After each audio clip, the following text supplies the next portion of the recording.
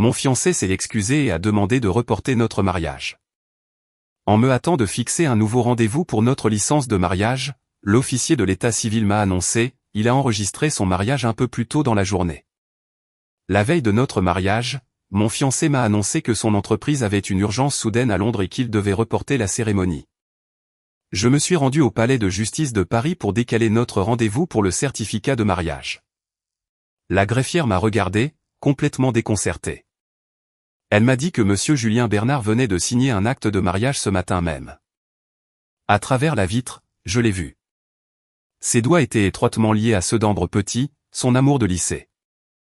J'ai esquissé un léger sourire. J'ai demandé à la greffière de me rendre un service et de lui souhaiter une vie de bonheur de ma part. La greffière au comptoir m'a de nouveau regardé, sa voix s'adoucissant. Elle m'a demandé si je ne me trompais pas. J'ai regardé le nom sur son écran d'ordinateur. Julien Bernard. La personne désignée comme son épouse n'était pas moi, mais Ambre Petit. Mes doigts se sont posés sur le bord de ma carte d'identité, devenant glacial. Il y a à peine une heure, Julien m'avait envoyé un texto disant que le projet de son entreprise à l'étranger s'était effondré. Il disait qu'il devait prendre un vol de nuit ce soir. Il disait que le mariage devait être reporté.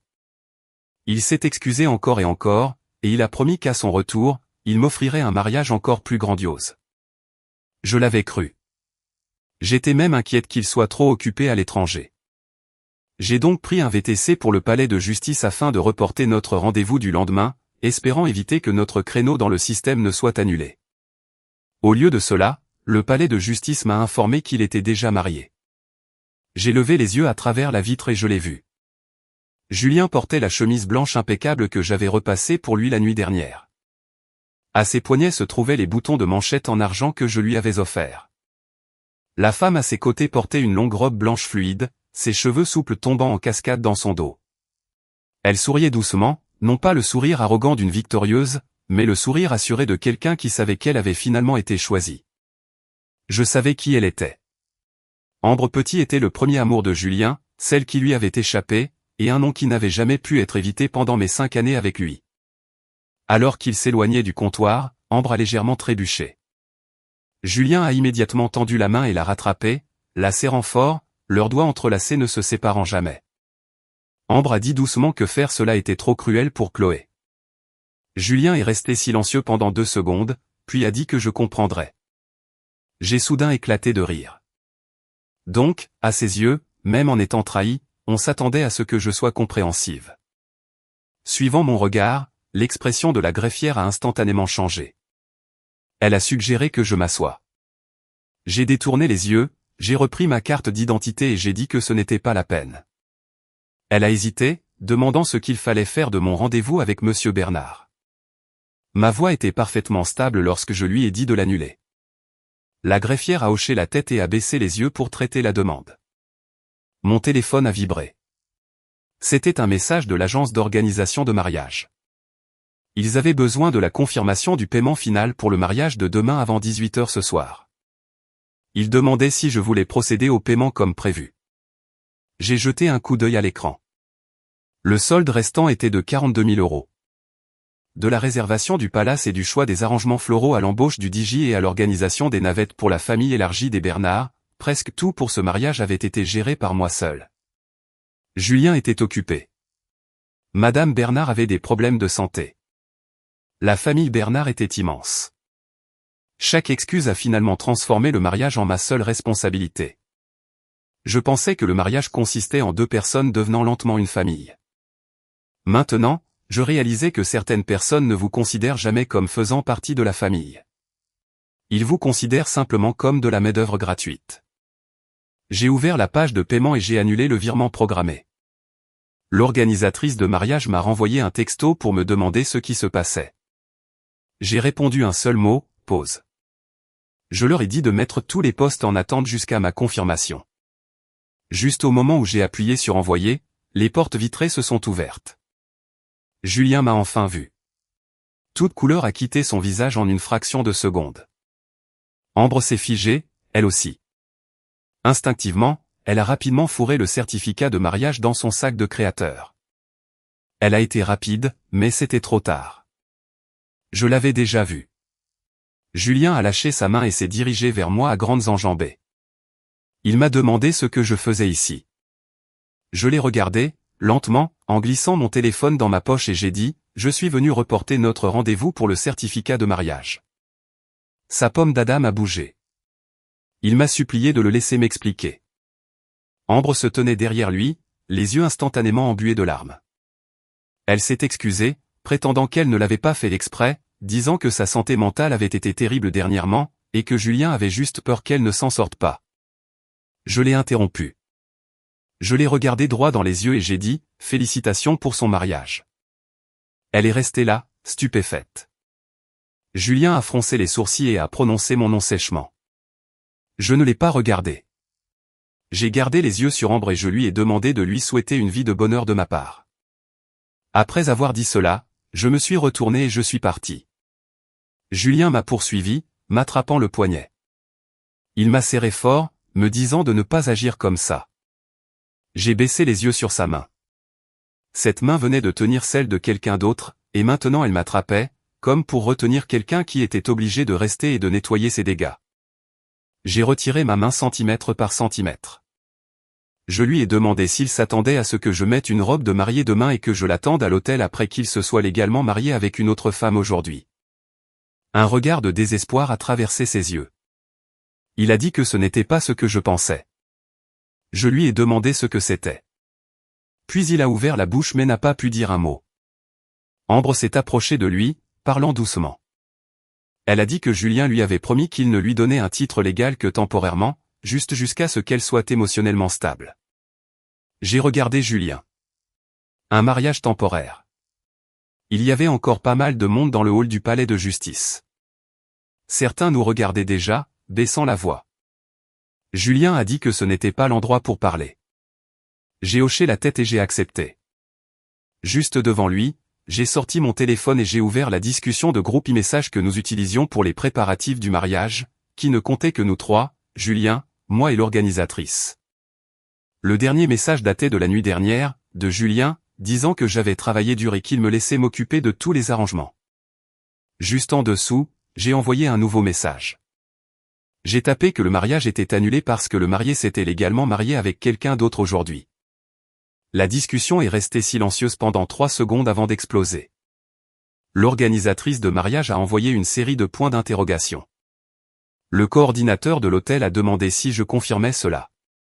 Le visage de Julien s'est complètement assombri. Il a demandé si je devais vraiment rendre les choses aussi laides. J'ai rangé mon téléphone. Je lui ai dit que c'était lui qui était laid, pas moi. Ses yeux ont changé. Dans le passé, chaque fois qu'il était mécontent, j'étais toujours la première à céder. J'avais peur de me disputer, peur que le mariage s'effondre, peur que 5 ans d'amour soient ruinés par un moment d'impulsion. Mais aujourd'hui, j'ai soudain compris que si une relation ne pouvait être maintenue que par mes concessions constantes, elle était pourrie depuis longtemps. Je suis sorti du palais de justice. Le soleil de Paris était éblouissant, me piquant les yeux. Mon téléphone vibrait sans arrêt. Madame Bernard a appelé.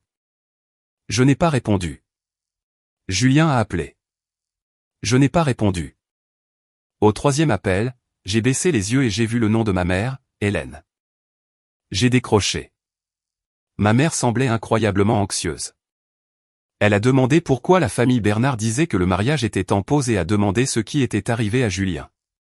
J'ai regardé la circulation passer pour la première fois. Je ne l'ai pas couvert. J'ai dit à ma mère que rien ne lui était arrivé. Elle a demandé ce qui n'allait pas. J'ai dit qu'il s'était marié. L'autre bout de la ligne est resté silencieux pendant un long moment. Quand ma mère a finalement parlé, sa voix était rauque. Je me suis retourné et j'ai regardé dans le hall du palais de justice. Julien était toujours là. Ambre était appuyée contre lui, ses yeux rouges le regardant, agissant comme si c'était moi qui l'avais harcelé. J'ai retiré mon regard. Ma mère a pris une profonde inspiration et a demandé où j'étais, disant qu'elle viendrait me chercher. Ce n'est qu'à ce moment-là que mes yeux sont devenus un peu chauds, mais je n'ai pas pleuré. Je lui ai dit que ce n'était pas la peine et que je me dirigeais d'abord vers le nouvel appartement. Elle a demandé ce que j'allais y faire. J'ai baissé les yeux sur mon annulaire nu et j'ai dit que j'allais chercher mes affaires. L'appartement était à Saint-Germain-des-Prés, un espace de 110 mètres carrés. L'acompte avait été couvert par la famille Bernard, et l'acte de propriété était entièrement au nom de Julien. Cependant, plus de la moitié des frais de rénovation, des meubles sur mesure, des appareils électroménagers haut de gamme et de la décoration de mariage avaient été payés par mois, transaction par transaction. À l'époque, Madame Bernard parlait si gentiment. Elle m'a dit de ne pas trop réfléchir au fait que Julien avait acheté l'appartement avant le mariage. Elle m'a dit d'acheter tout ce que j'aimais pour les rénovations puisque nous y vivrions ensemble de toute façon. Je n'ai pas tenu les comptes à l'époque parce que je croyais vraiment que le mariage n'était pas un grand livre comptable. Maintenant, debout dans le salon, regardant la bannière, juste marié, à moitié accrochée au mur, je trouvais tout cela incroyablement ridicule. Le mariage n'est peut-être pas un grand livre, mais la nature humaine a certainement besoin d'être auditée. J'ai sorti mes escarpins de mariée de luxe de l'armoire et les ai mis dans une boîte. Puis j'ai sorti un dossier épais du tiroir de la chambre. À l'intérieur se trouvait le contrat de l'organisateur de mariage, le contrat du palace, le contrat de location de la boutique de robes de mariée, les reçus de mes bijoux sur mesure. Les factures des appareils électroménagers et les relevés bancaires montrant chaque virement que j'ai effectué pour les rénovations intérieures. Chaque morceau de papier était trié par date. Je les avais organisés pour faciliter les préparatifs du mariage. Maintenant, ils allaient faciliter le règlement financier. Le son de la serrure électronique a retenti et Julien s'est précipité à l'intérieur. Il portait toujours cette même chemise blanche, bien que le col soit un peu en désordre maintenant. Voyant le dossier dans mes mains, son expression a changé. Il a demandé ce que je faisais avec ça. J'ai jeté le dossier dans ma valise et j'ai dit que je prenais mes affaires. Il s'est avancé et a attrapé la poignée de la valise, me suppliant de parler. Je l'ai regardé. J'ai demandé ce qu'un homme marié pouvait bien avoir à me dire maintenant. Cette phrase a semblé le percer, le faisant froncer les sourcils. Il a dit que la situation d'Ambre était très unique. J'ai demandé si c'était si unique qu'il devait l'épouser la veille de notre mariage. Il a expliqué que la maladie de sa mère s'était récemment aggravée et que son dernier souhait était de voir sa fille installée. Il a dit qu'Ambre avait subi plusieurs dépressions et ne pouvait plus le supporter. J'ai terminé sa phrase pour lui, déclarant qu'il avait décidé de me sacrifier. Il s'est tu. J'ai parlé pour lui à nouveau. J'ai dit qu'il supposait que j'étais stable, compréhensive et que je l'aimais depuis 5 ans. Il s'est dit que le mariage était déjà payé et organisé, alors il a supposé que je ne partirais jamais. Un éclair de frustration a traversé les yeux de Julien. Il m'a dit de ne pas faire paraître ça si horrible, jurant qu'il n'avait jamais eu l'intention de ne pas m'épouser. J'ai ri. J'ai souligné qu'il avait déjà épousé quelqu'un d'autre. Il a parlé très vite, comme s'il avait répété cette excuse depuis longtemps. Il a dit qu'il pouvait divorcer. Il a promis qu'une fois que l'état émotionnel d'Ambre se serait stabilisé, il déposerait les papiers. Il a dit que notre mariage pourrait simplement être reporté de 6 mois au plus. Je l'ai regardé fixement. Il y a 5 ans, la première fois que j'ai rencontré Julien, il était dans un couloir d'hôpital en train de se pencher pour ramasser des médicaments pour un homme âgé qui était tombé. À l'époque, je pensais qu'il était doux, mesuré et responsable. Il m'a fallu beaucoup de temps pour réaliser que sa douceur n'était pas pour moi. Sa nature mesurée était pour les étrangers, et sa responsabilité n'apparaissait que lorsqu'il n'avait pas à en payer le prix. Je lui ai demandé ce que cela faisait de moi. Il s'est figé, puis a dit que j'étais évidemment la personne qu'il voulait épouser. Je lui ai demandé s'il se sentait malade en s'entendant dire ça. Son visage s'est assombri.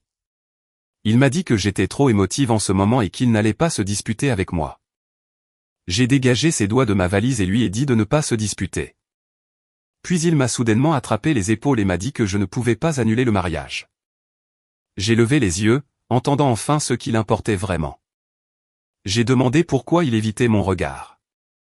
Il a dit que les invitations avaient toutes été envoyées et que tous nos amis et parents étaient au courant.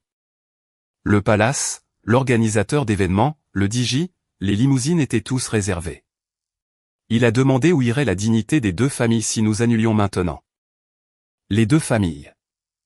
J'ai éclaté de rire. Je lui ai demandé s'il avait pensé à la dignité de ma famille lorsqu'il était au palais de justice en train de signer un certificat de mariage avec Ambre Petit. Sa voix s'est un peu adoucie. Il a dit qu'il savait qu'il m'avait fait du tort, mais a suggéré que nous pourrions temporairement changer le mariage en une fête de fiançailles ou simplement dire à tout le monde qu'il avait un voyage de travail d'urgence et le transformer en un dîner de famille privé. Il m'a supplié de l'aider à maîtriser la situation pour l'instant, promettant de se rattraper plus tard. Donc, il ne m'avait pas poursuivi pour s'excuser.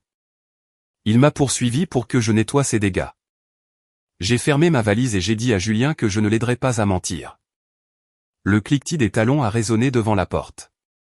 Madame Bernard était arrivée en toute hâte. Dès qu'elle est entrée et m'a vu faire mes bagages, son visage s'est assombri. Elle m'a demandé ce que je faisais, me réprimandant d'essayer de m'enfuir pour un si petit problème. Je l'ai regardé. Un petit problème. Madame Bernard a jeté son sac de créateur sur le canapé. Elle a dit que Julien lui avait tout raconté. Elle a affirmé que la pauvre Ambre était pitoyable, que sa mère était malade et qu'elle n'avait personne d'autre.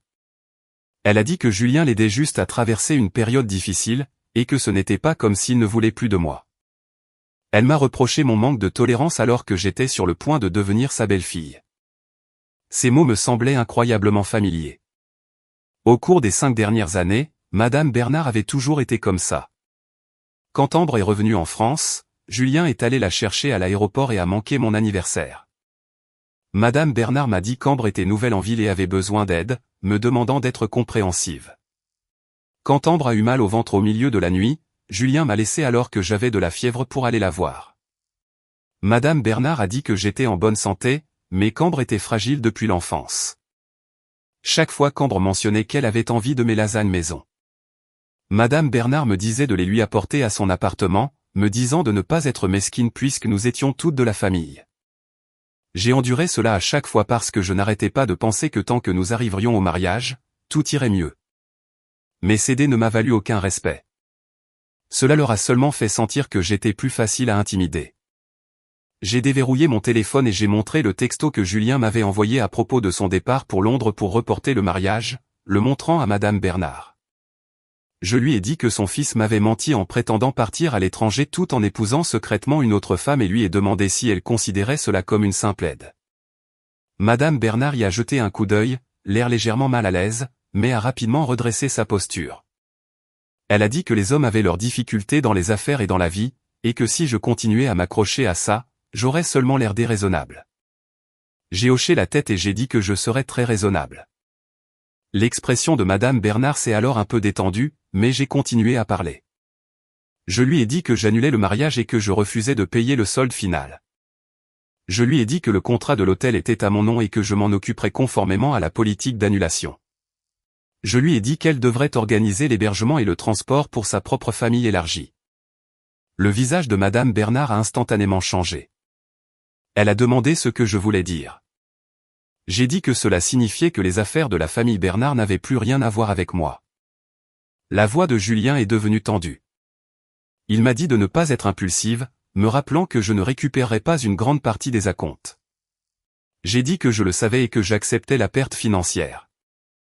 Je l'ai regardé et j'ai dit que je ne dépenserais pas un centime de plus pour sauver la face pour lui et Ambre. Madame Bernard était si furieuse que ses doigts tremblaient. Elle m'a dit de ne pas oublier que cet appartement appartenait à Julien, me traitant d'arrogante pour parler de cette façon dans une maison appartenant au Bernard. J'ai regardé autour de moi dans la pièce. Le canapé modulable avait été acheté par moi. Les rideaux sur mesure avaient été choisis par moi. La table à manger avait été payée par moi. Même chaque bol dans la cuisine avait été choisi par moi. Je n'ai pas argumenté. J'ai simplement sorti une feuille de calcul de mon dossier et je l'ai posée sur la table basse. Je lui ai dit qu'elle avait soulevé le sujet au moment parfait. J'ai dit que l'appartement vide appartenait à Julien, mais que les frais de rénovation, les meubles sur mesure et les appareils électroménagers haut de gamme devaient m'être remboursés en fonction de leur valeur dépréciée. En regardant la feuille de calcul, Madame Bernard s'est figée. Le visage de Julien était terrible. Il a baissé les yeux sur la liste. Du système de climatisation centrale au matelas king size, des lustres au lave-vaisselle, des rideaux au tapis persan, chaque article avait une date d'achat, un montant et un numéro de confirmation. Le total s'élevait à 55 000 €. Madame Bernard a crié, demandant si j'allais vraiment leur chercher des noises comme ça. J'ai relevé la poignée de ma valise. J'ai dit que je ne tenais pas les comptes avant parce que je les considérais comme ma famille. J'ai marché jusqu'à la porte, je me suis arrêté et j'ai dit, maintenant, il ne l'était plus. Au moment où la porte s'est fermée, j'ai entendu Julien appeler mon nom de l'intérieur. Je ne me suis pas retourné. Alors que les portes de l'ascenseur se fermaient, mon téléphone a vibré. Ambre venait de publier une nouvelle story Instagram. Sur la photo, elle et Julien tenaient leur certificat de mariage, debout l'un près de l'autre. La légende ne contenait qu'une seule ligne, j'ai fait un immense détour, mais j'ai finalement attendu assez longtemps pour toi. J'ai fixé les mots pendant 2 secondes, j'ai fait une capture d'écran et je l'ai transféré à l'organisatrice d'événements. Je leur ai dit d'annuler chaque élément de décor lié à Julien Bernard pour demain. L'organisatrice a rapidement répondu, demandant si j'étais absolument sûr. J'ai répondu, j'en suis sûr. Le lendemain matin, la boutique de robes de mariée m'a appelé. La consultante semblait très mal à l'aise. Elle m'a demandé s'il était possible pour moi de passer. J'étais occupé à organiser mes dossiers financiers. En entendant son ton, j'ai su que quelque chose n'allait pas. J'ai posé mon stylo et j'ai demandé ce qui se passait. Elle a baissé la voix. Elle a dit qu'une certaine mademoiselle Petit était venue en prétendant que monsieur Bernard l'avait envoyée pour essayer la robe de créateur sur mesure que j'avais commandée. La main qui tenait mon téléphone s'est figée. J'ai demandé si elle l'avait déjà enfilée. La consultante a dit qu'elle venait de se changer et n'avait pas encore pris de photos. J'ai fermé mon registre et lui ai dit de me donner 20 minutes. Ma meilleure amie Léa a conduite. Nous étions amis depuis l'université et elle savait tout de ma relation avec Julien au fil des ans. Sur le chemin, elle était si furieuse qu'elle a maudit tout le trajet. Elle a demandé si Julien avait le cerveau endommagé, disant que se marier avec son ancienne flamme ne suffisait pas. Il l'a en fait laissé enfiler ma robe. J'ai regardé par la fenêtre et j'ai dit que ce n'était pas lui qui lui avait dit d'y aller. Léa était stupéfaite et a demandé comment je le savais. J'ai dit que Julien n'était pas si stupide. J'ai dit qu'Ambre l'avait fait exprès. Elle voulait tester mes limites et déclarer qu'elle n'avait pas seulement eu Julien, mais aussi tout ce que j'avais préparé pour mon mariage. La boutique de robes de mariée était dans le centre de Paris. Quand je suis entré, l'atmosphère dans la boutique était glaciale. Ambre se tenait devant le miroir en pied, portant la robe de mariée principale que j'avais passé 3 mois à choisir. C'était une robe sirène en satin de soie avec un décolleté élégant et des perles cousues à la main à la taille. Après avoir essayé plus d'une douzaine de robes, c'était la seule qui me donnait vraiment l'impression de me marier. Maintenant, elle était sur son corps. En me voyant, un éclair de panique a traversé son visage, mais il s'est rapidement transformé en une attitude fragile. Elle m'a demandé de ne pas me méprendre, disant qu'elle voulait juste vérifier la taille parce que Julien avait dit que le mariage pourrait encore avoir lieu.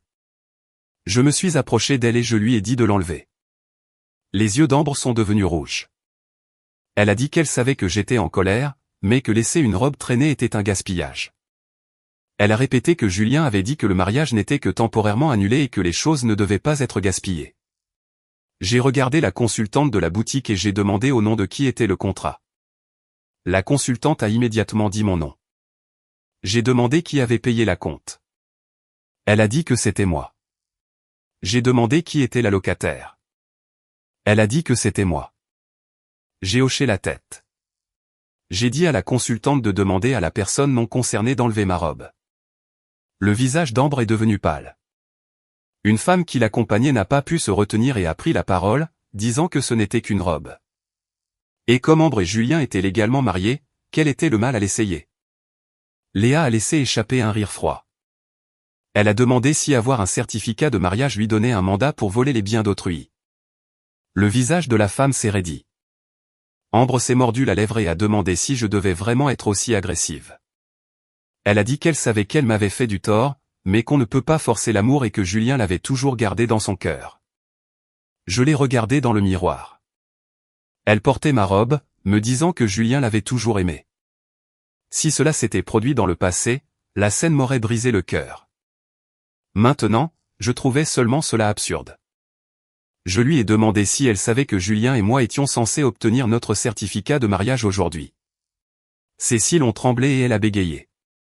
J'ai répondu pour elle, disant qu'elle le savait certainement, tout comme elle savait que le mariage était dans 3 jours et tout comme elle savait que Julien m'avait menti à propos d'un voyage à l'étranger la nuit dernière. Elle n'a rien dit. J'ai sorti mon téléphone et j'ai montré sa story Instagram avec le certificat de mariage. J'ai demandé si elle m'avait bloqué pour que je ne la voie pas quand elle l'a publié. Son visage s'est figé. J'ai souri légèrement et j'ai dit qu'elle s'était délibérément assurée que je la verrais. Léa a halté à côté de moi. Les doigts d'Ambre se sont crispés sur le tissu de la robe. Elle a dit qu'elle était juste trop heureuse parce qu'elle l'avait attendue pendant tant d'années. J'ai fait un pas de plus et j'ai demandé pourquoi son attente de plusieurs années signifiait que je méritais de sacrifier 5 des miennes pour elle. Des larmes ont coulé des yeux d'Ambre. Elle a affirmé qu'elle n'avait jamais voulu me voler quoi que ce soit. J'ai baissé les yeux sur la robe qu'elle portait et j'ai demandé ce qu'il y avait exactement sur son corps en ce moment. Elle s'est raidie et le personnel n'a pas osé dire un mot. Juste à ce moment-là, Julien s'est précipité à l'intérieur. Voyant Ambre dans la robe puis me voyant, son visage est devenu incroyablement sombre. Il a demandé à Ambre pourquoi elle était ici. Ambre a agi comme si elle avait enfin trouvé son protecteur, pleurant encore plus fort. Elle a dit qu'elle voulait juste l'aider à économiser de l'argent puisque les articles de mariage étaient déjà payés, et si je n'en voulais plus, il pourrait les utiliser.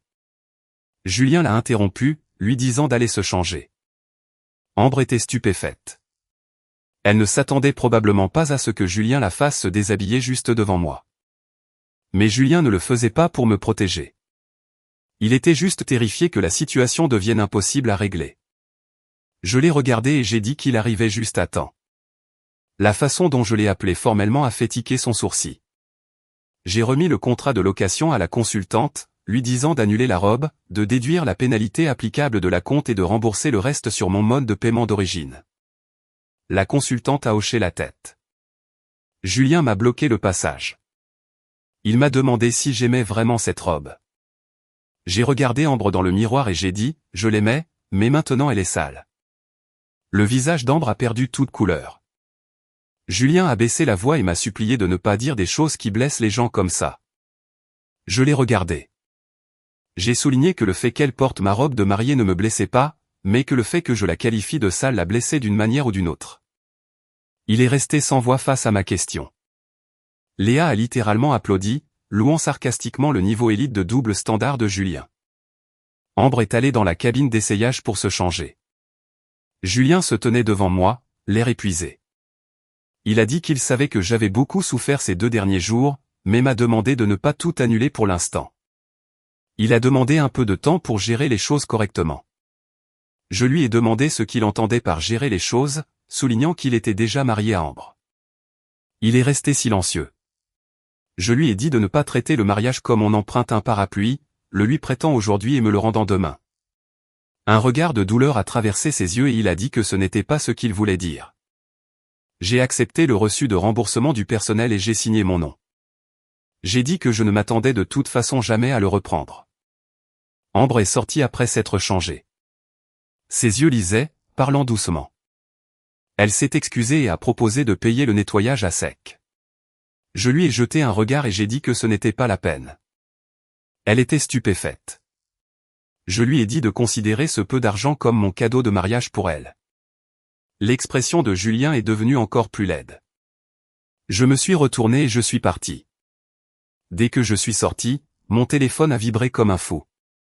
Dans le groupe de discussion de la famille élargie des Bernard, Madame Bernard avait envoyé un paragraphe énorme. Elle a dit aux tantes, oncles et cousins que le mariage était temporairement modifié parce que je faisais un caprice. Elle a affirmé que j'exigeais que Julien mette mon nom sur l'acte de l'appartement et que j'exigeais une énorme amélioration de la bague juste avant le mariage. Elle a dit que les Bernard m'avaient toujours traité avec une véritable gentillesse, et qu'elle ne s'attendait jamais à ce que je sois si déraisonnable. Les gens ont immédiatement commenté son message. Quelqu'un a dit, les filles modernes sont trop matérialistes. Un autre a dit, augmenter mon prix juste avant le mariage était un comportement laid. Une autre tante a demandé pourquoi j'agissais de manière si autoritaire alors que Julien était un si excellent parti. Léa lisait par-dessus mon épaule et était furieuse. Elle a demandé comment Madame Bernard osait mentir comme ça. J'ai fixé l'écran et au lieu de cela, j'ai ri. Elle osait parce que dans le passé, je ne me défendais jamais. J'ai ouvert la zone de saisie de texte. Cette fois, je ne restais pas silencieuse. Il y avait plus de 90 personnes dans le chat de la famille Bernard. Je n'avais même pas voulu le rejoindre à l'origine, mais Madame Bernard avait insisté. Elle avait dit que puisque je devenais une belle-fille, je devais nouer des liens avec les parents. Après l'avoir rejoint, c'est moi qui envoyais des cartes cadeaux pour les fêtes, qui répondait aux parents au nom de Madame Bernard et qui gardait une trace des préférences de chacun parce que Julien ne s'en souciait jamais. Je me souvenais quel oncle était diabétique et avait besoin d'une tarte sans sucre, quelle tante ne buvait qu'un millésime spécifique de pinot noir, et quel cousin avait besoin d'un chèque de fin d'études. Madame Bernard ne m'a jamais remercié. Elle disait seulement que j'étais prévenante et apte à être une épouse. Pourtant, dans ce même chat, elle me dépeignait comme une croqueuse de diamants, exigeant des améliorations avant le mariage. En regardant les critiques défiler, je n'étais pas pressé de taper. J'ai d'abord ouvert mon album photo. Première étape, la capture d'écran du texto de Julien de la nuit dernière prétendant une urgence soudaine à l'étranger signifiant le report du mariage. Deuxième étape, la story Instagram d'Ambre la montrant, elle et Julien, tenant leur certificat de mariage. Troisième étape, le reçu d'annulation et de remboursement de la boutique de robes de mariée. Quatrième étape, la feuille de calcul détaillée des dépenses de rénovation et de mariage. J'ai envoyé les 4 images au groupe de discussion dans l'ordre. Le chat est devenu complètement silencieux. 10 secondes plus tard, la tante de Julien a été la première à envoyer un point d'interrogation demandant ce que cela signifiait et qui Julien avait épousé. Madame Bernard a immédiatement envoyé un mémo vocal. Je n'ai pas cliqué sur lecture, elle a ensuite tapé, me disant de ne pas envoyer de bêtises dans le groupe et de garder les affaires privées. J'ai répondu, demandant pourquoi elle avait été la première à annoncer dans le groupe que j'exigeais une amélioration de la bague avant le mariage. Personne d'autre dans le groupe n'a parlé. J'ai continué à taper. J'ai déclaré que je n'avais pas exigé d'être mise sur l'acte de propriété, ni d'exiger une bague plus grosse. J'ai dit que le mariage était en pause pour une seule raison. La veille du mariage, Julien a menti en disant qu'il allait à Londres et est allé signer un certificat de mariage avec Ambre Petit à la place. Julien est finalement apparu dans le chat, exigeant que j'annule les messages. En regardant ces mots, j'ai ri. Même maintenant, son premier instinct était de me donner un ordre. J'ai répondu que le délai pour annuler était passé. La salle de discussion a explosé comme de l'eau jetée dans de l'huile bouillante. Les parents ont demandé qui était Ambre, ce qui se passait avec le mariage dans 3 jours, et si Julien avait vraiment épousé quelqu'un d'autre tout en planifiant un mariage avec moi. Un oncle a appelé cela une fraude au mariage. Madame Bernard a paniqué, tapant des messages frénétiques disant que ce n'était pas ce qu'il pensait. La situation d'Ambre était unique, et Julien l'aidait juste. Léa l'a lu et a ricané, disant « Aider quelqu'un directement à l'hôtel au palais de justice était un niveau de charité digne d'un prix. » Je n'ai pas pu m'empêcher de rire. Mais après avoir ri, je me suis senti incroyablement vide à l'intérieur. 5 ans. J'avais perdu 5 ans avec une famille comme celle-ci. Ma mère était dans la cuisine en train de verser de l'eau tiède. M'entendant rire, elle a jeté un coup d'œil et m'a demandé si j'allais vraiment bien. J'ai secoué la tête et j'ai dit que j'allais bien. Elle s'est approchée et s'est assise à côté de moi, me disant de ne pas me forcer à être forte. J'ai posé mon téléphone. Je lui ai demandé si j'avais été trop bonne à endurer les choses dans le passé. Elle est restée silencieuse un moment, puis a dit que je voulais juste trop construire une belle vie avec ce mariage. Ces mots m'ont brûlé les yeux. Je n'étais pas stupide. J'avais juste été sincère. Je l'aimais sincèrement et je me préparais sincèrement à fonder un foyer. Mais être sincère ne signifiait pas laisser les gens me marcher dessus. Mon téléphone a de nouveau sonné. Cette fois, c'était un texto privé de Julien. Il a demandé ce que je gagnais à tout faire exploser comme ça. J'ai répondu qu'au moins personne ne m'accuserait plus d'exiger une amélioration de la bague. Il a immédiatement appelé. J'ai décroché. Sa voix était très basse. Il m'a demandé si je pouvais agir un peu plus mûrement, se plaignant que ses parents le harcelaient et que la tension artérielle de sa mère montait en flèche. J'ai demandé ce que cela avait à voir avec moi. Il m'a dit d'aller dans le groupe de discussion et de dire que tout était un malentendu. J'ai ri et j'ai demandé si le certificat de mariage était aussi un malentendu. Il est resté silencieux un moment, puis a répété qu'il divorcerait, et que c'était entre lui et Ambre. J'ai demandé pour le mariage. Il a finalement abordé ce qui l'importait le plus. Ma voix était calme lorsque je lui ai dit que je l'annulais. Il a immédiatement refusé, disant que de nombreux parents âgés avaient déjà acheté des billets d'avion. Il a demandé comment il était censé expliquer une annulation. Maintenant, je lui ai dit de dire la vérité. Sa voix s'est soudainement élevée, demandant si j'étais déterminé à le détruire.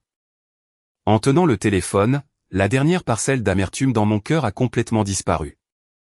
Il sentait que je le détruisais, mais il ne sentait pas qu'il avait détruit le mariage que j'avais passé 6 mois à planifier. Il ne sentait pas qu'il avait détruit mes 5 années de confiance, ni ne se souciait de détruire la dignité de mes parents devant nos amis et notre famille. Je lui ai dit que sa dignité n'était pas perdue à cause de moi. Il l'a jetée lui-même. J'ai entendu une respiration lourde à l'autre bout du fil. Après un long moment, il m'a dit de venir dîner chez sa famille demain soir, disant que les aînés pourraient s'asseoir et parler. J'allais refuser quand il a ajouté que puisque je voulais un règlement financier, nous devrions nous rencontrer et mettre les choses au clair. J'ai regardé le classeur sur la table et j'ai convenu que le régler en personne était une bonne idée. Après avoir raccroché, ma mère a froncé les sourcils, me demandant si j'allais vraiment chez les Bernard. J'ai rouvert mon registre et j'ai dit qu'il y avait des dettes qui devaient être réglées en personne. Ma mère m'a regardé, l'inquiétude dans les yeux, mais aussi un peu de soulagement. Elle a proposé de m'accompagner. J'ai secoué la tête et j'ai dit que ce n'était pas la peine. Léa a immédiatement levé la main, se portant volontaire pour y aller, me disant de ne pas faire la forte. J'ai empilé les pages de mon registre proprement. J'ai dit que je ne faisais pas la forte. Je les ai regardées et j'ai dit que j'étais entré seul dans ces 5 années et que je devais en sortir seul. Le dîner de la famille Bernard a eu lieu dans un steakhouse chic du centre-ville. Quand je suis arrivé dans la salle à manger privée, elle était pleine. Madame Bernard était assise en bout de table, le visage long et mécontent. Julien était assis à côté d'elle, des cernes sous les yeux, lui donnant l'air de ne pas avoir dormi du tout. Tante, oncle et cousins étaient tous présents. Cela ne ressemblait pas à une conversation. Cela ressemblait à un tribunal. J'ai poussé la porte, et tous les yeux se sont tournés vers moi. Madame Bernard a parlé la première, sarcastiquement, demandant si je savais encore comment trouver mon chemin jusqu'ici. J'ai posé mon sac à main sur le dossier d'une chaise et je me suis assise. Je lui ai rappelé que c'était elle qui m'avait dit de venir régler les choses. Elle a ricané, disant que j'avais fait perdre toute sa face à la famille Bernard avec les choses que j'avais envoyées dans le groupe de discussion hier. Elle a exigé que je m'excuse d'abord auprès de Julien devant les aînés. La pièce est devenue silencieuse. Julien a froncé les sourcils et a dit à sa mère d'arrêter. Madame Bernard l'a fusillé du regard, lui disant de se taire, prétendant qu'il m'avait tellement gâté que je ne connaissais plus ma place. J'ai regardé la table pleine de nourriture. Presque tous les plats étaient les préférés de Julien. Il n'y avait pas une seule chose que j'aimais. Dans le passé, à chaque dîner de famille, j'étais occupé à verser le vin, à partager les portions et à faire la conversation avec les aînés. Madame Bernard me faisait des éloges devant tout le monde, disant que j'étais censé, contrairement aux filles modernes qui étaient trop gâtées. Julien s'asseyait sur le côté, profitant nonchalamment de la situation comme si c'était son droit de naissance. Aujourd'hui, je n'ai pas touché à ma fourchette, ni versé de vin. J'ai simplement demandé pourquoi je devais m'excuser. Madame Bernard a frappé sa main sur la table, m'accusant d'avoir calomnié Julien dans le groupe de discussion. J'ai déverrouillé mon téléphone, j'ai posé la photo Instagram d'Ambre sur la table et j'ai dit que le certificat de mariage était réel. J'ai ajouté que le texto de Julien mentant sur son départ pour Londres était également réel. Je lui ai demandé de me montrer la calomnie. Madame Bernard s'est étouffée avec ces mots. La tante de Julien a demandé à voix basse si Julien avait vraiment épousé cette fille, Ambre. Julien est resté silencieux. Le silence était un aveu. Les expressions des parents ont changé. Madame Bernard s'est immédiatement interposée, disant que la situation d'Ambre était unique. Sa mère était gravement malade, et Julien avait juste eu le cœur tendre et s'était embrouillé un instant. Elle s'est tournée vers moi et a demandé comment, après 5 ans d'amour, je ne pouvais pas pardonner ce minuscule problème.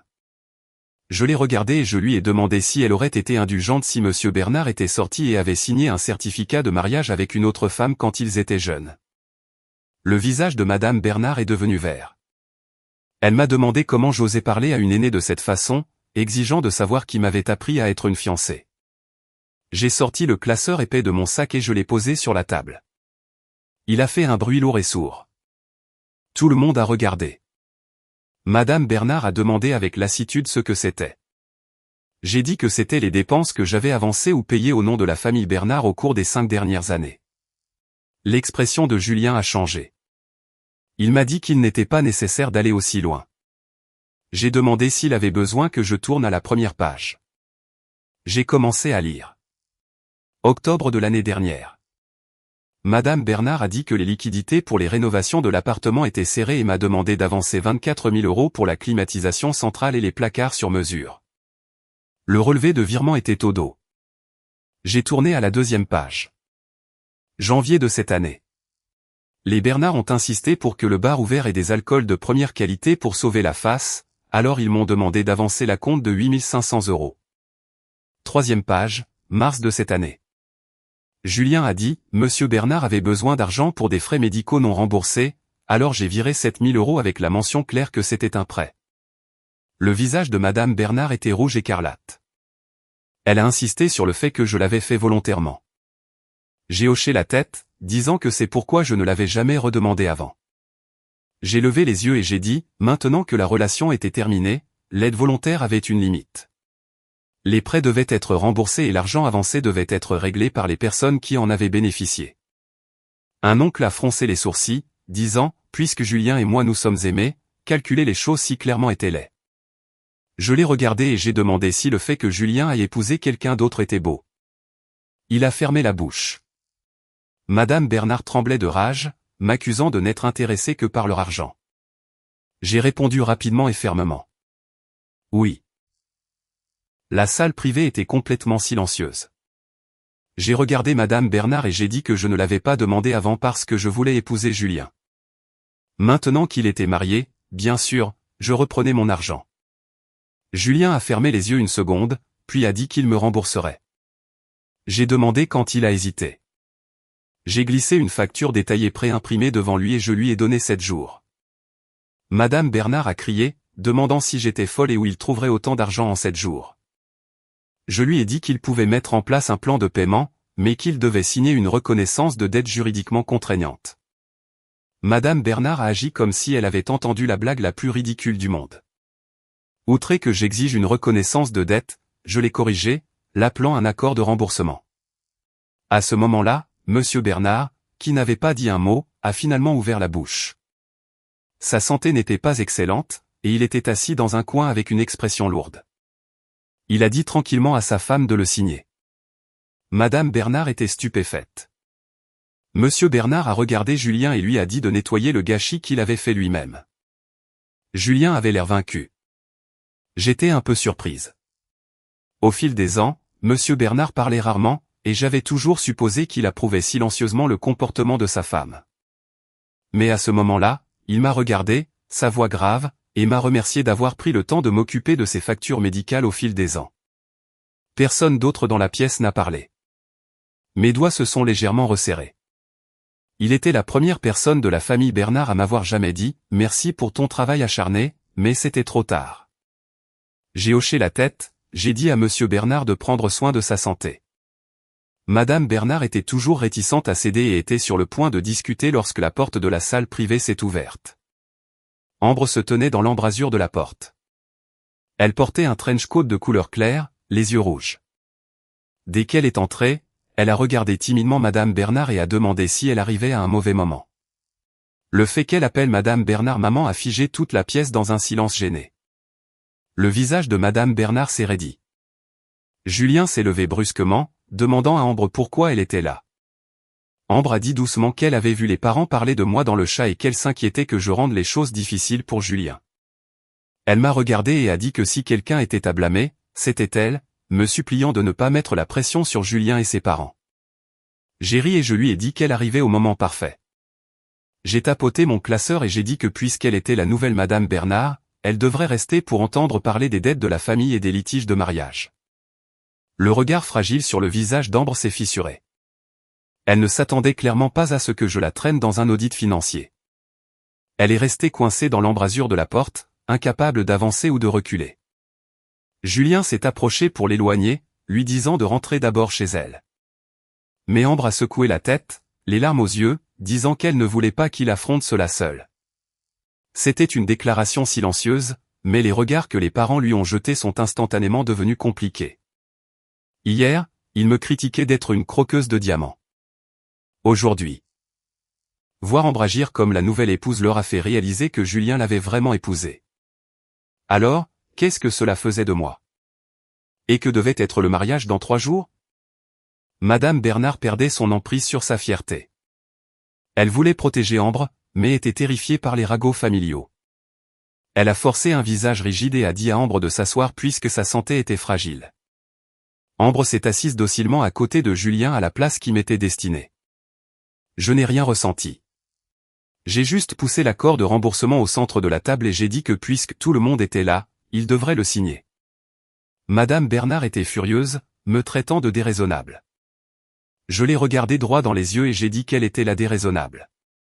Son fils avait déjà épousé Ambre, mais elle s'attendait toujours à ce que j'organise un mariage de famille Bernard, que je paie le solde final, que je divertisse ses parents et que j'encaisse toutes les rumeurs. J'ai tourné à la dernière page de mon classeur. J'ai expliqué qu'il y avait 3 types d'argent dû. Le premier était des prêts directs avec des historiques de textos et des mémos de virement. Le second était les dépenses de mariage puisque les contrats étaient à mon nom. Je les annulais, mais les Bernard devaient me rembourser pour tous les acomptes non remboursables qu'ils avaient utilisés. Le troisième était les rénovations et les appareils électroménagers de l'appartement. Tout ce que je pouvais déménager, je le prenais. Tout ce que je ne pouvais pas déménager, il le rembourserait en fonction de la dépréciation. En entendant le mot appartement, les yeux d'Ambre ont visiblement changé. Elle a regardé Julien et a demandé si l'appartement n'était pas à lui. Le visage de Julien était encore pire. Il a dit que la maison était à lui. J'ai interrompu en disant que la maison vide était à lui, mais que tout ce qui la rendait habitable était principalement financé par moi. Les doigts d'Ambre se sont crispés. Je pouvais voir que ce qu'elle voulait n'était pas seulement Julien, mais le style de vie stable derrière Julien. Malheureusement, elle ne savait pas que cette stabilité avait été construite pièce par pièce avec mon argent. Madame Bernard a serré les dents et m'a dit de prendre tout ce que je voulais déménager. J'ai hoché la tête et j'ai dit, super. Les déménageurs seront là à 10 h demain matin. Julien s'est immédiatement opposé. Je l'ai regardé et j'ai demandé pourquoi. Il s'est étouffé avec ces mots. Il savait que si je dépouillais l'endroit, la soi-disant suite nuptiale ne serait qu'une coquille froide et vide, et Ambre réaliserait qu'il n'avait pas du tout préparé de foyer pour elle. Monsieur Bernard a de nouveau pris la parole, suggérant qu'il paie simplement la valeur en espèces pour éviter de rendre les choses plus laides. Je l'ai regardé et j'ai accepté. Monsieur Bernard a soupiré et a demandé l'accord. Madame Bernard a paniqué, mais Monsieur Bernard a élevé la voix, demandant si elle ne les avait pas encore assez embarrassés. Elle s'est tue. Julien a pris l'accord, a regardé le nombre total, puis m'a regardé. Sa voix était comme s'il demandait si je devais vraiment aller aussi loin. Je lui ai demandé en retour s'il pensait que ça irait aussi loin quand il est allé au palais de justice avec Ambre. Ses yeux se sont assombris. Ambre a immédiatement tendu la main et a attrapé sa main. Ce mouvement m'a piqué comme une aiguille, non pas par douleur, mais comme un rappel, cet homme ne m'appartenait plus et il ne valait plus la peine de souffrir pour lui. Je me suis levé et j'ai dit que c'était tout pour aujourd'hui. Je leur ai dit qu'ils pouvaient me donner une réponse demain, mais que le premier versement était dû dans 7 jours. Madame Bernard a ricané, demandant si je pensais que faire ça faisait de moi la gagnante, prétendant qu'une femme qui calculait tout finirait par être indésirable. J'ai pris mon sac à main et j'ai dit que ce serait pour le mieux. Je l'ai regardé et j'ai dit que la chose dont j'avais le plus peur en ce moment, c'était que quelqu'un me veuille. Sur ce, je me suis retourné et je suis parti. En sortant du restaurant, le vent de la nuit était glacial. Je venais d'atteindre la rue quand Julien m'a poursuivi en m'appelant. Je me suis arrêté. Il se tenait sur les marches, les yeux pleins d'épuisement et d'une panique qui arrivait bien trop tard. Il a admis qu'il avait eu tort, mais je n'ai rien dit. Il a fait un pas de plus, me suppliant de ne pas effacer nos 5 ans ensemble. Je l'ai regardé et j'ai dit que c'était lui qui les avait effacés. Sa voix a baissé, disant qu'Ambre souffrait tellement à l'époque et que le plus grand souhait de sa mère était de l'avoir mariée. Il a affirmé qu'il voulait juste réaliser un dernier souhait. J'ai demandé s'il avait déjà demandé mon souhait. Il s'est figé. Je lui ai dit que mon souhait était d'aller au palais de justice demain pour obtenir notre certificat et 3 jours plus tard d'enfiler la robe que j'avais choisie et de l'épouser devant nos amis et notre famille. Sa pomme d'Adam a bougé, m'appelant. Je lui ai dit qu'il avait pris mon souhait pour réaliser son rêve. Dès que j'ai dit ça, son visage est devenu complètement pâle. Je ne l'ai plus regardé et je suis monté dans ma voiture. Après être rentré chez moi, j'ai documenté tout ce qui s'était passé au dîner, j'ai sauvegardé l'accord de remboursement, les dossiers financiers et la liste d'inventaire de l'appartement. Léa l'a lu, a frappé la table et a dit que c'était satisfaisant, mais elle sentait qu'Ambre n'allait pas s'arrêter là. Je le savais aussi. Ambre ne s'était pas épuisée, forçant Julien à l'épouser la veille de notre mariage juste pour un morceau de papier. Bien sûr, à 23h, Ambre m'a envoyé une demande d'amitié sur Facebook. La note jointe disait que nous devions parler parce qu'elle ne voulait pas que Julien soit dans une position difficile. J'ai accepté et elle m'a rapidement envoyé un message fixant un rendez-vous à 15h demain au Café des Deux Magots. J'ai répondu « D'accord ». Léa a froncé les sourcils, me demandant si j'y allais vraiment. J'ai posé mon téléphone face contre la table et j'ai dit que j'y allais. Elle a demandé pourquoi. J'ai regardé la dernière page de mon registre, l'inventaire de l'appartement. J'ai noté qu'Ambre avait regardé les détails de l'appartement ce soir. Je ne m'étais pas trompé. Elle devenait anxieuse. Et une fois que quelqu'un devient anxieux, ce qu'il veut vraiment se révèle. Le lendemain après-midi, je suis arrivé au Café des Deux Magots à l'heure. Ambre était déjà assise près de la fenêtre. Elle ne portait pas de robe blanche aujourd'hui. Elle portait un pull en tricot bleu clair, l'air encore plus fragile. En me voyant, elle s'est levée et a prononcé mon nom. Je me suis assise et je lui ai dit de parler. Elle s'est mordu la lèvre et a dit qu'elle savait que je la détestais. Je l'ai arrêtée et j'ai dit que ce n'était pas si grave. Elle s'est figée. J'ai dit, haïr quelqu'un prend trop de temps. Son expression est devenue légèrement artificielle. Un serveur nous a apporté notre café. Elle l'a remué pendant un long moment avant de parler doucement, disant qu'elle connaissait Julien avant moi. J'ai hoché la tête et j'ai demandé, et elle a dit qu'ils avaient failli finir ensemble à l'époque, mais qu'elle était partie à Londres pour ses études. Elle a affirmé que Julien était en colère contre elle, c'est pourquoi il a commencé à sortir avec moi. Je l'ai regardé. C'étaient des mots que Julien lui avait dit. Elle a levé les yeux, demandant si ce n'était pas vrai. J'ai ri. Je lui ai dit que Julien m'avait dit qu'elle n'était qu'un regret de lycée non partagé qui n'avait jamais commencé. Le visage d'Ambre a changé. J'ai continué en disant qu'il m'avait dit qu'il l'avait laissée partir il y a longtemps, mais comme elle ne pouvait pas passer à autre chose après son retour, il m'a demandé d'être plus compréhensive envers elle. La cuillère dans sa main s'est arrêtée, envoyant une petite ondulation sur son café. Donc Julien ne m'avait pas seulement menti, il lui avait menti aussi. Ambre a rapidement stabilisé ses émotions, déclarant que peu importe ce qu'il avait dit, c'est elle qui était légalement mariée avec lui maintenant. J'ai hoché la tête en signe d'accord, lui disant qu'elle devrait lui parler, pas à moi. Elle m'a regardé fixement et m'a demandé si je pouvais arrêter de faire pression sur la famille Bernard pour de l'argent, affirmant que Julien était très stressé ces derniers temps. J'ai failli éclater de rire. J'ai demandé de quel droit elle me conseillait de renoncer à mon recouvrement de créances. Son visage a pâli. J'ai souligné l'absurdité de la situation parce qu'il s'aimait et qu'il m'avait trahi. J'étais censé l'aider à économiser de l'argent. La voix d'Ambre a baissé, disant que calculer les choses comme ça ne faisait que faire penser à Julien que j'étais une croqueuse de diamants. Je me suis adossé à ma chaise et j'ai demandé ce que son opinion avait à voir avec moi. Elle s'est étouffée. Je l'ai regardée et j'ai soudain demandé si elle savait que son nom n'était pas sur l'acte de l'appartement. Elle a serré les lèvres et a dit qu'ils étaient mariés maintenant, donc bien sûr qu'ils le seraient. Je l'ai interrompu et j'ai dit que ce ne serait pas le cas. J'ai expliqué que l'appartement était un bien prénuptial, donc même avec le certificat de mariage, elle n'avait pas droit à la moitié. Son visage a finalement changé.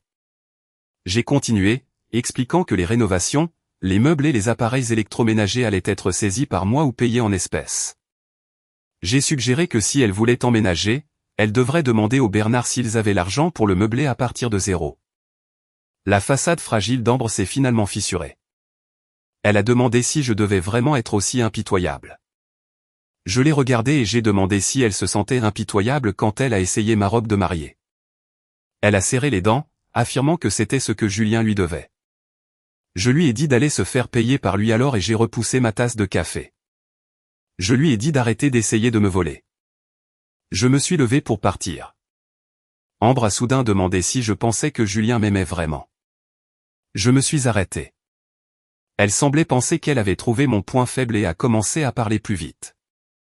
Elle a dit que Julien lui avait dit que j'étais juste bonne à vivre, stable, agréable et pas épuisante. Mais pendant les 5 dernières années, c'est elle qui était dans son cœur. Je me suis retourné pour la regarder. La méchanceté d'une victorieuse est finalement apparue dans ses yeux. Elle a dit que j'étais juste l'outil qu'il utilisait pour s'assurer une vie stable. Si j'avais entendu ça il y a 2 ans, je me serais peut-être effondré. Maintenant, je trouvais seulement que Julien était pathétique. Il a utilisé le dévouement sincère d'une personne comme un outil et a traité l'obsession d'une autre personne comme de l'amour, ne traitant finalement personne bien. Je l'ai remercié de me l'avoir fait savoir. Elle était stupéfaite et a demandé ce que je voulais dire. J'ai dit que je me souviendrais de ce qu'elle avait dit. Je suis sorti du café et mon téléphone a sonné. Julien, j'ai répondu. Sa première phrase a été de me demander si j'avais rencontré Ambre. J'ai regardé de l'autre côté de la rue et j'ai vu la voiture de Julien garée là. Il avait été là tout le temps. J'ai demandé si elle l'avait appelé en pleurant. J'ai gloussé doucement et j'ai demandé s'il appelait pour m'interroger. La ligne est restée silencieuse pendant quelques secondes avant que sa voix ne s'adoucisse. Il a dit non, il ne voulait juste pas que je la blesse. À ce moment-là, j'ai perdu toute émotion complètement. Je lui ai dit de se détendre parce que je n'étais pas aussi doué pour blesser les gens que lui. J'ai raccroché. Ce soir-là, en rentrant à mon immeuble, Julien se tenait en bas. Dans sa main se trouvait une boîte à bijoux. C'était l'alliance du marié de notre ensemble de mariage assorti. La faible lumière jaune de l'auvent le faisait paraître complètement débraillé et épuisé. Il m'a appelé. Je ne me suis pas arrêté. Il a fait un pas en avant, demandant si nous pouvions tout recommencer. J'ai dit non. Son souffle s'est coupé. Il a affirmé qu'il n'avait découvert qu'aujourd'hui qu'Ambre était allée à la boutique de mariée de sa propre initiative et qu'il l'avait grondé pour cela. J'ai appuyé sur le bouton de l'ascenseur et j'ai dit que cela n'avait rien à voir avec moi. Il a promis de s'occuper du certificat de mariage dès que possible, disant qu'il divorcerait d'elle. En regardant les chiffres de l'ascenseur descendre lentement, je ne l'ai pas regardé. J'ai demandé s'il savait quel était son trait le plus dégoûtant. Il s'est figé. Je lui ai dit qu'il traitait le mariage comme un objet qu'il pouvait nonchalamment jeter d'une personne à l'autre. Son visage est devenu blanc. Je me suis retourné pour le regarder. J'ai dit qu'aujourd'hui il pouvait reporter notre mariage pour Ambre et demain il pourrait divorcer d'Ambre pour moi. Je lui ai dit qu'il se prenait pour un homme profondément romantique, mais qu'il était en fait juste égoïste. L'ascenseur est arrivé et les portes se sont ouvertes. Je suis entré. Il a tendu la main pour bloquer les portes, me suppliant, disant qu'il le regrettait vraiment. J'ai regardé sa main et je lui ai dit de lâcher prise. Il n'a pas bougé, demandant si je lui pardonnerais s'il divorçait d'elle tout de suite. La lumière dans ses yeux s'est éteinte. Je lui ai dit que je n'étais pas son plan de secours. Son bras est lentement tombé. Avant que les portes ne se ferment, j'ai vu son téléphone s'allumer avec un appel du directeur Davis au Palace.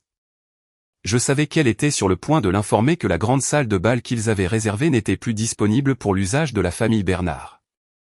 Le lendemain matin, Madame Bernard a traîné Julien et Ambre à l'hôtel. J'ai reçu un appel du directeur Davis alors que j'étais à l'appartement, vérifiant l'inventaire avec les déménageurs. Le directeur Davis semblait impuissant, expliquant que les Bernard étaient à l'hôtel, insistant sur le fait que la salle de bal était pour le mariage de leur famille et exigeant de l'utiliser.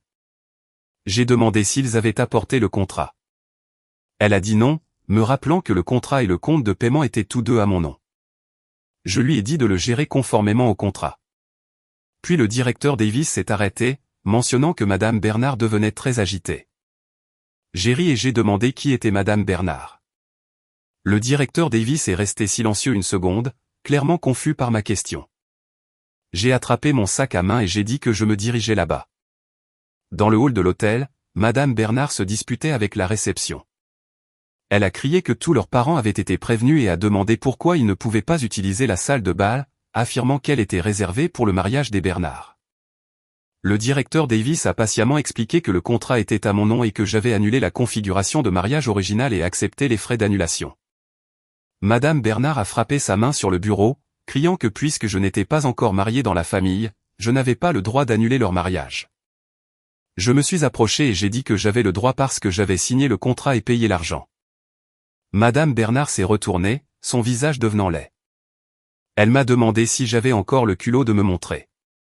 J'ai remis une copie du contrat au directeur Davis et je lui ai dit de le traiter conformément à la politique. Elle a hoché la tête. Ambre s'est tenue à côté de Julien et a parlé doucement, disant que les parents étaient presque tous là et que je mettais Julien dans une position terrible. Je l'ai regardée et j'ai demandé si elle se sentait mal quand elle est allée chercher le certificat de mariage. Son visage est devenu pâle. Julien avait l'air épuisé, proposant de payer la salle de bal à partir de zéro. Le directeur Davis s'est immédiatement excusé auprès de lui, expliquant qu'après avoir annulé le mariage original, j'avais signé un nouvel accord d'événement pour le lieu.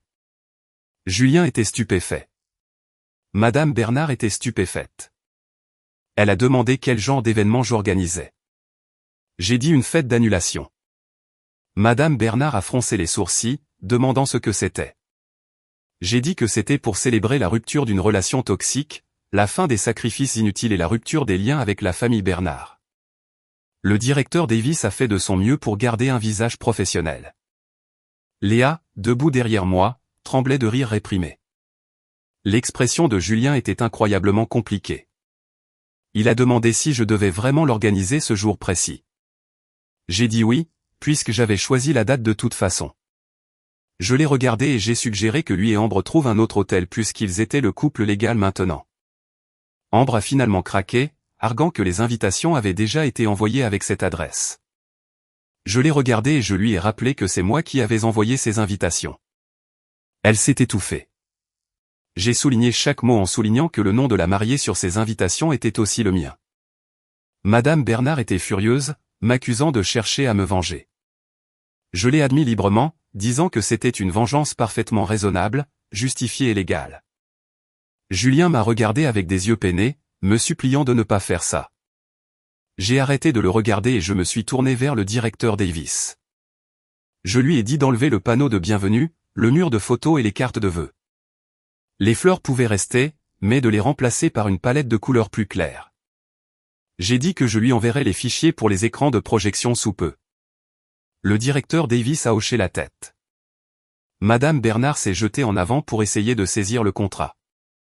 Léa s'est interposée et l'a prévenue que si elle devenait violente, nous appellerions la police pour trouble à l'ordre public. Madame Bernard m'a pointé du doigt, criant que le karma me rattraperait. Je l'ai regardé et je lui ai dit que le karma était déjà là. Je me suis retourné et je suis parti. Derrière moi, j'ai entendu Ambre sangloter doucement, demandant à Julien ce qui allait arriver à leur mariage. Julien n'a pas répondu parce qu'il n'avait pas de réponse. En quittant l'hôtel, je suis retourné à l'appartement. Les déménageurs étaient arrivés et démontaient et emballaient tous les meubles et appareils électroménagers mobiles selon ma liste. Quand Julien s'est précipité, le salon était déjà à moitié vide. Il se tenait dans l'embrasure de la porte, regardant les rideaux enlevés, son visage pâle.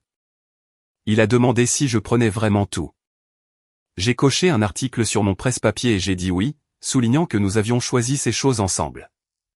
Il a hoché la tête et a accepté. Il s'est tu. Les déménageurs ont demandé s'ils devaient prendre le matelas de la chambre principale aussi. J'ai dit oui. Julien s'est soudain avancé et m'a supplié de ne pas le prendre.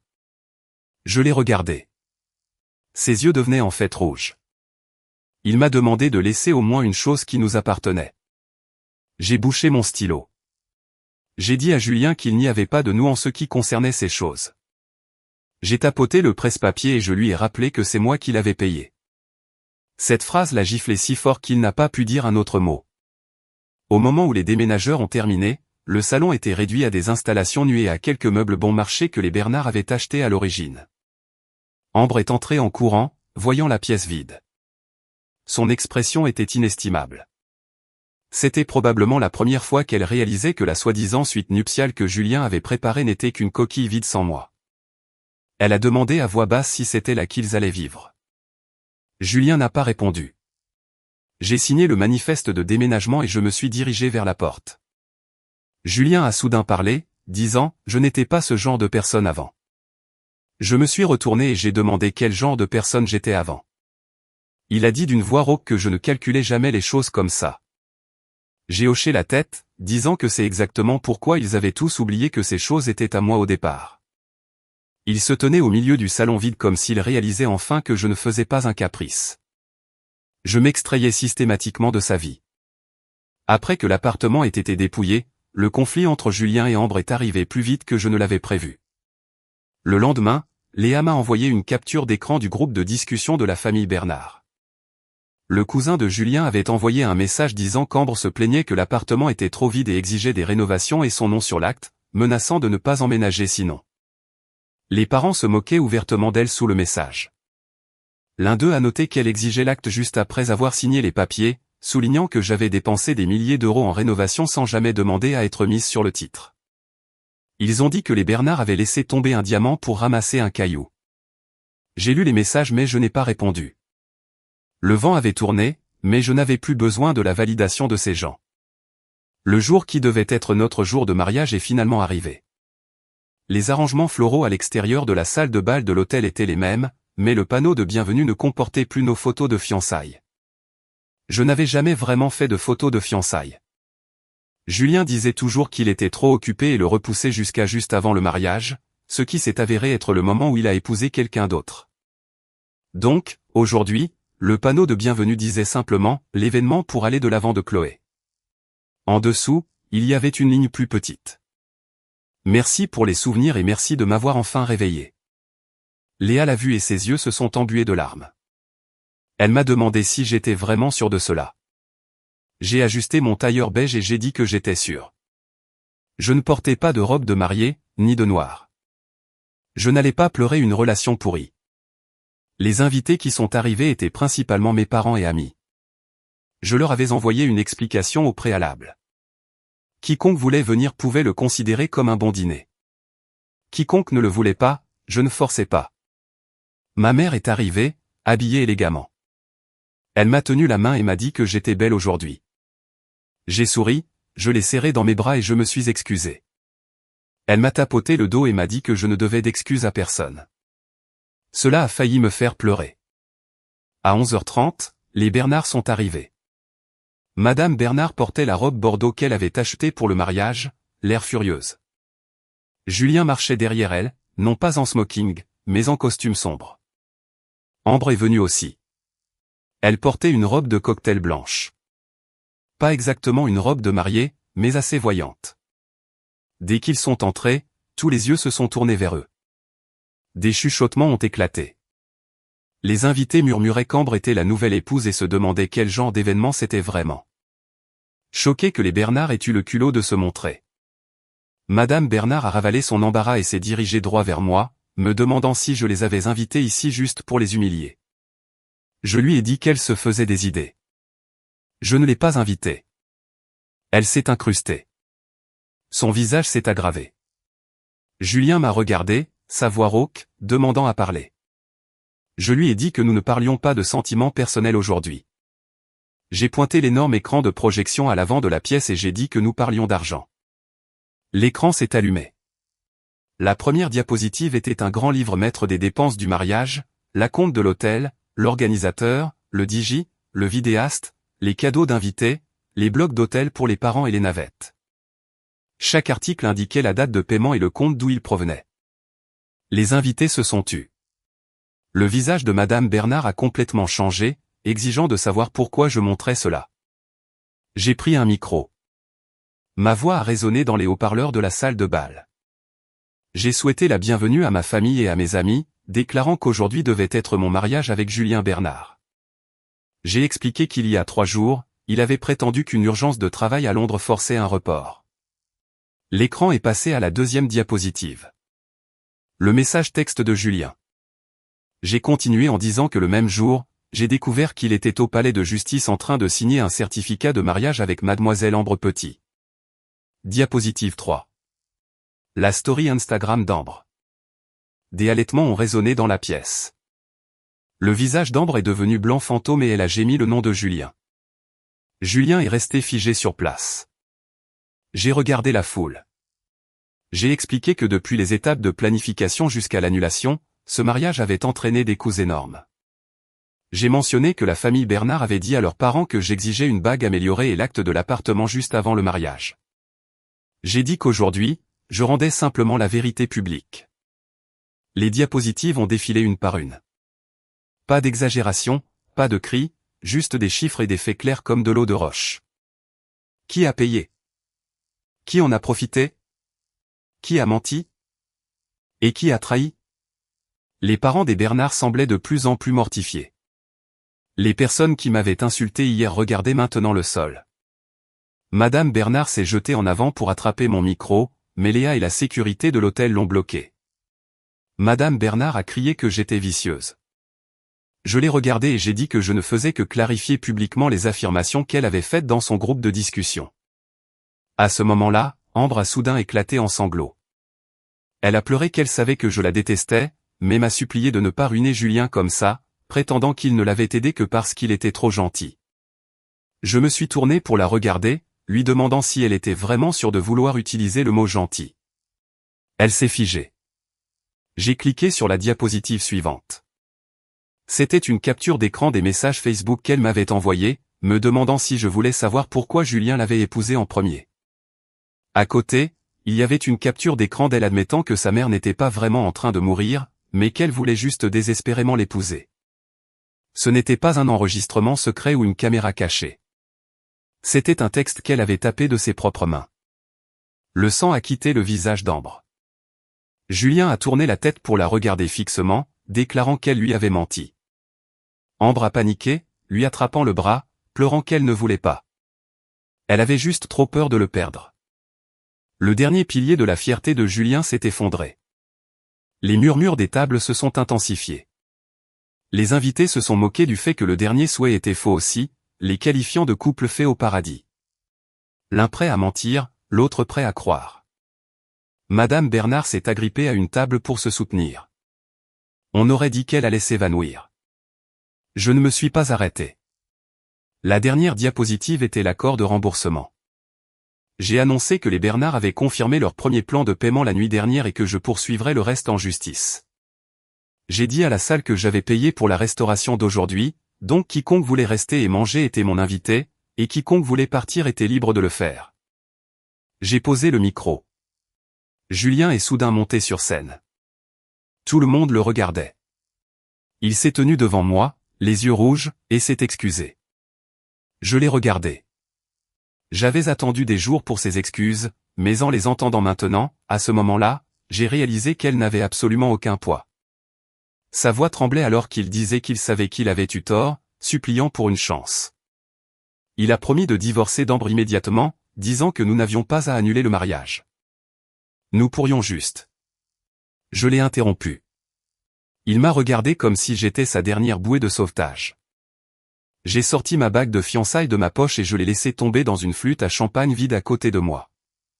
La bague a heurté le verre avec un tintement aigu et clair qui a résonné dans la pièce silencieuse. Je lui ai dit que je ne l'épousais plus. Julien a regardé la bague dans le verre. À ce moment-là, il a enfin compris que je ne jouais pas la difficile. Je ne faisais pas de caprice et je n'attendais pas qu'il se retourne. Je ne voulais tout simplement plus de lui. Il a tendu la main pour prendre la bague. J'ai couvert le haut du verre avec ma main, lui disant de ne pas y toucher. Sa main a plané en l'air. J'ai dit que c'était la dernière fois que je lui rendais quelque chose. J'ai déplacé ma main et j'ai glissé le verre vers lui. J'ai dit, à partir de maintenant, nous ne nous devons plus rien. Julien a secoué la tête, disant que c'était impossible. Sa voix était paniquée. Il a dit, 5 ans ne pouvaient pas simplement être effacés comme ça. Je l'ai regardé et j'ai dit, si, il le pouvait. Il m'a supplié de ne pas être aussi sans cœur. J'ai souri légèrement et je lui ai dit que la chose la plus impitoyable que j'ai jamais faite était de cesser enfin d'avoir le cœur tendre. Ambre s'est précipitée sur la scène, attrapant le bras de Julien, pleurant qu'il ne pouvait pas faire ça. Ils étaient mariés. Julien l'a repoussée, criant qu'elle lui avait menti. Ambre a crié en retour, demandant s'il ne lui avait pas menti aussi. Elle l'a exposé là, criant qu'il lui avait dit que j'étais juste bonne pour le mariage, mais qu'elle était toujours celle dans son cœur. Elle a crié que maintenant que je ne voulais plus de lui, il se souvenait soudainement à quel point j'étais génial. Ces mots ont agi comme un couteau, tranchant la dernière parcelle de la dignité de Julien. La foule a éclaté dans le chaos. Le visage de Julien était d'un blanc crayeux. Il m'a regardé frénétiquement, essayant d'expliquer qu'il ne le pensait pas de cette façon. J'ai hoché la tête et j'ai dit que je savais. Il s'est figé. Je lui ai dit qu'il ne pensait rien de ce qu'il disait à personne. Il m'a dit qu'Ambre n'était que le passé. Il a dit à Ambre que je n'étais qu'un choix pratique. Il a dit à sa mère que je me sacrifierais pour le plus grand bien. Il a dit à ses parents que le mariage était juste reporté. Il a nourri tout le monde d'une demi-vérité qu'il voulait entendre et s'attendait à ce que tout le monde porte le fardeau pour lui. Madame Bernard s'est précipitée et a tiré Ambre, criant que c'en était assez et qu'il s'était assez embarrassé. Mais Ambre a complètement perdu le contrôle. Elle a crié en retour que c'étaient les Bernard qui l'avaient cherché en premier, rappelant à Madame Bernard qu'elle se plaignait que j'étais trop volontaire et pas aussi obéissante qu'elle. Le visage de Madame Bernard s'est tordu, et les parents l'ont regardé avec un profond dédain. Monsieur Bernard était assis dans le public, a fermé les yeux et a laissé échapper un lourd soupir. Cette farce n'avait pas besoin de plus de commentaires de ma part. Ils s'arrachaient parfaitement leurs masques les uns aux autres. Je suis descendu de la scène. Ma mère est venue, m'a pris la main et m'a dit qu'il était temps de partir. J'ai hoché la tête. Nous avons fait 2 pas avant que Julien ne nous poursuive, m'attrapant par derrière. Il m'a supplié. C'était la première fois que j'entendais Julien supplier. Pendant 5 ans, il avait été si certain. Certain que j'attendrais. Certain que j'endurerais. Certain que je le sauverais. Maintenant, il était enfin incertain. Mais il était trop tard. J'ai retiré mon bras. Je lui ai demandé s'il savait pourquoi j'étais allé au palais de justice pour reporter notre rendez-vous ce jour-là. Il s'est figé. Je lui ai dit que c'était parce que j'étais inquiète qu'il soit trop occupé à Londres, inquiète que nous perdions notre créneau et inquiète qu'il doive faire une longue queue à son retour. Ses yeux se sont instantanément remplis de larmes. Je lui ai dit que ce jour-là, je pensais vraiment à notre mariage. Je l'ai regardé et j'ai souligné que pendant que je faisais ça, il se mariait légalement avec quelqu'un d'autre. Ses lèvres ont tremblé, mais aucun mot n'est sorti. Je lui ai dit d'arrêter de me supplier parce que plus il suppliait, plus je me sentais pathétique. Je me suis retourné et je suis parti. Julien a essayé de suivre, mais le directeur Davis l'a intercepté. Elle lui a poliment demandé de régler la facture des dommages, notant que sa mère avait détruit un arrangement floral dans le hall et que certains équipements audiovisuels devaient être remplacés. Quelqu'un dans la foule a littéralement éclaté de rire. Julien est resté figé sur place. Je n'ai pas regardé en arrière. En sortant de l'hôtel, la lumière du soleil était magnifique. Léa marchait à côté de moi, laissant échapper un énorme soupir. Elle m'a dit que j'avais l'air incroyablement badass là-haut. J'ai gloussé et j'ai admis que mes mains tremblaient en fait. Elle a baissé les yeux. Elle tremblait vraiment. Pas par amour persistant, mais parce que mon adrénaline chutait après la confrontation intense. Ma mère m'a tenu les mains et m'a dit que peu importait si elle tremblait parce que j'étais enfin parti. J'ai hoché la tête. J'étais parti, non seulement de la salle de bal, mais de ces 5 années. J'ai entendu parler des suites par d'autres personnes. Julien et Ambre n'ont pas divorcé immédiatement, non pas parce qu'ils ne le voulaient pas, mais parce que ce n'était pas si facile. Ambre a insisté sur le fait qu'elle avait sacrifié sa réputation, exigeant un règlement massif de la part de Julien. Madame Bernard détestait qu'Ambre se soit imposée dans la famille, mais terrifiée par un nouveau scandale public, elle a reporté toute sa colère sur Julien. Monsieur Bernard a fini par être hospitalisé et son premier ordre à son réveil a été de forcer Julien à me virer le premier versement de l'accord de remboursement. Le jour où l'argent est arrivé sur mon compte, je déballais des cartons dans mon nouvel appartement. Ce n'était pas immense. 2 chambres, un salon avec des fenêtres orientées au sud qui laissaient le soleil frapper ma table à manger. J'ai transféré l'argent sur un compte d'épargne séparé, non pas par nostalgie, mais pour me rappeler qu'il est acceptable de donner généreusement tant que les limites sont claires. Julien a essayé de me trouver plusieurs fois. La première fois, c'était devant mon bureau. Il a apporté une boîte de cupcakes Red Velvet de ma pâtisserie préférée, me disant qu'il se souvenait que je les aimais. J'ai regardé la boîte. Je les aimais, mais il oubliait toujours. C'est toujours moi qui finissais par les acheter moi-même et par sourire en disant que ce n'était pas grave. Maintenant, il s'en souvenait, mais je n'avais plus envie de les manger. Je lui ai dit, tu ne peux pas utiliser une prévenance tardive pour acheter la rédemption. La deuxième fois, il m'a envoyé un énorme texto racontant tout, de notre premier rendez-vous à la profondeur de son regret. Je n'ai pas répondu. La troisième fois, il a fait appeler Monsieur Bernard. Monsieur Bernard ne m'a pas demandé de reprendre Julien. Il voulait juste dire qu'il était désolé au nom de la famille une dernière fois. Je lui ai dit de prendre soin de sa santé et j'ai raccroché. Je ne détestais pas Monsieur Bernard, mais je ne retournerai jamais dans cette famille. Plus tard, Madame Bernard est venue me trouver elle-même. Elle se tenait devant mon immeuble, les cheveux visiblement plus gris. La première chose qu'elle a dite n'était pas des excuses, mais une plainte selon laquelle Julien menait une vie misérable maintenant. J'ai hoché la tête et j'ai dit que c'était ses affaires. Elle a semblé en colère et a demandé si mon cœur ne lui faisait pas mal du tout. J'ai ri et je lui ai rappelé qu'elle disait que les femmes qui calculaient tout finiraient par être indésirables. Elle s'est étouffée. Je lui ai dit que personne ne voulait de moi maintenant et que je vivais une vie formidable. Elle a finalement baissé la tête, admettant qu'elle m'avait sous-estimé dans le passé. J'attendais une phrase comme celle-là. Je voulais son approbation, je voulais qu'elle me traite comme une vraie famille, mais maintenant, l'entendre, c'était juste l'entendre. Je lui ai dit que je n'avais pas besoin de son approbation et je lui ai demandé de ne plus me déranger. Alors qu'elle s'éloignait, sa posture semblait voûtée. Je n'ai pas eu le cœur tendre. Certaines personnes ne méritent pas magiquement le pardon simplement parce qu'elles vieillissent. Son manque de respect envers moi ne s'est pas produit en un jour, et mon départ n'a pas été une impulsion soudaine.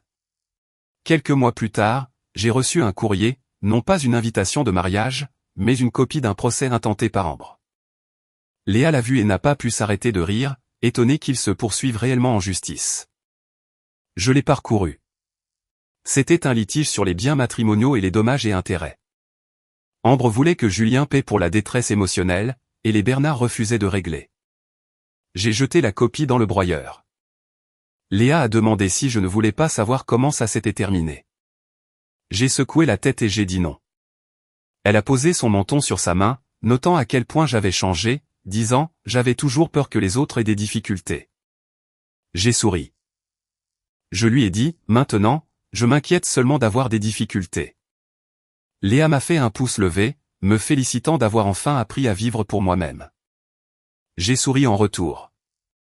Ce soir-là, ma mère est venue dîner. J'ai préparé 3 plats et une soupe. Au milieu du repas, elle a soudain dit que me voir comme ça la mettait à l'aise. J'ai mis de la nourriture dans son assiette, disant qu'elle s'était assez inquiétée. Elle a secoué la tête, disant qu'elle ne s'était jamais inquiétée que je ne trouve pas quelqu'un à épouser. Elle m'a regardé avec des yeux incroyablement doux, disant qu'elle s'inquiétait juste que je veuille tellement être nécessaire que j'oublie de me choisir d'abord. Mon nez a piqué. Je l'ai appelée. Elle m'a tapoté la main, me disant de simplement vivre ma vie lentement à partir de maintenant. Elle a dit que peu importait si je me mariais un jour tant que je vivais d'abord ma propre vie. J'ai hoché la tête. La brise soufflait par la fenêtre, faisant bruisser doucement les fleurs sur la table. Je me suis soudain souvenu de ce jour au palais de justice. À travers la vitre, Julien tenait la main d'Ambre, et je me tenais dehors en disant à la greffière de lui souhaiter une vie de bonheur. À l'époque, c'était pour sauver la face, et c'était une arme. En y repensant maintenant, c'était vraiment une bénédiction. J'espérais qu'ils auraient une longue vie ensemble pour ne pas aller ruiner la vie de quelqu'un d'autre. Quant à moi, j'avais ma propre vie à vivre. Le lendemain, j'ai sorti les anciennes invitations de mariage. Sur les couvertures rouges, les noms en feuilles d'or brillaient encore. Julien Bernard et Chloé Lefebvre. Je les ai déchirées une par une. Je n'ai pas pleuré. Après avoir déchiré la dernière, j'ai balayé les morceaux à la poubelle. Les bagues, les vœux, les itinéraires. Je les ai tous vidés. Dans le tiroir nouvellement vidé, j'ai placé un tout nouvel album photo de voyage. La première page était une photo de moi debout seul au bord de l'océan. Pas de robe de mariée, pas de mariée, juste la brise marine et moi. Sous la photo, j'ai écrit une note à moi-même. Chloé, à partir d'aujourd'hui, Arrête d'attendre que quelqu'un vienne t'épouser. Ramène-toi à la maison.